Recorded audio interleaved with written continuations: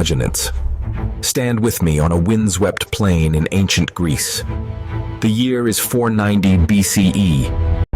This is Marathon, where a small force of Greeks is about to face off against the might of the Persian Empire. A clash that will help shape the very foundations of Western civilization. Let's set the scene. On one side, we have the Persian Empire, the superpower of its day. And now, they've set their sights on Greece. Why? Well, Athens had the audacity to support a revolt in Ionia. Darius isn't just mad quo. He's out for revenge. On the other side, we have Athens. They're the underdogs in this fight, but they've got something special. Democracy. It's a radical new system of government where citizens have a say in decision-making, and they're willing to fight tooth and nail to protect it. Now, you might be wondering, why does this matter? Well, Athens isn't just fighting for its own survival. It's fighting for an idea. The idea that people should have a say in how they're governed. This is bigger than just one city-state. It's about the future of human governance. The Athenians know this. They can see the writing on the wall. If Persia wins, their experiment in democracy dies. But there's a problem. Most of these city-states are more afraid of Persia than they are inspired by Athens. With Plataea on board, the Greeks now have about 10,000 soldiers. Sounds impressive, right? Well... Oh, and did I mention they also have cavalry? Yeah, the Greeks are seriously outnumbered here. Kissant. But what the Greeks lack in numbers, they make up for in determination and innovation. They're led by a group of... He's got a plan, and it's a doozy. Instead of waiting for the Persians to attack, he wants to charge at them. Sounds crazy, right? But wait, there's more. Let's talk about the battlefield itself.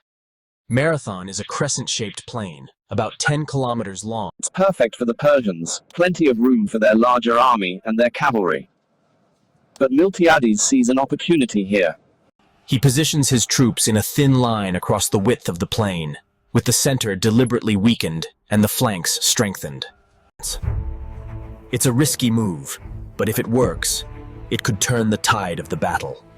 The two armies face each other.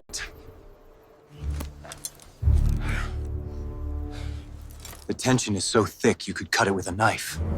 Finally, Miltiades gives the order. The Greek army starts to move. And then, to the Persians' shock, they start to run. Now, running in full armor isn't easy.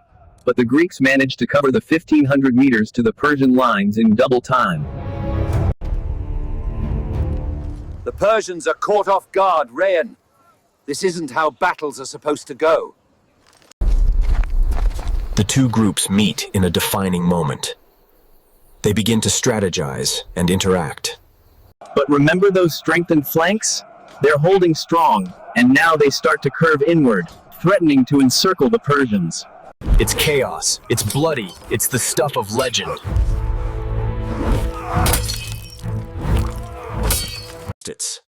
Now, let's zoom in on what's making this Greek strategy work. The phalanx. Imagine a wall of shields. It's a tight formation that's hard to break. The Greeks have been practicing this for years, and it's paying off big time. The Persian army, used to fighting less organized foes, is struggling to make headway. Their arrows. And that cavalry that was supposed to be their trump card? It's nowhere to be seen. Some historians think they might have been a deal. As the battle rages on, the Greek plan starts to work. The Persian center, which had been pushing forward, Panic sets in.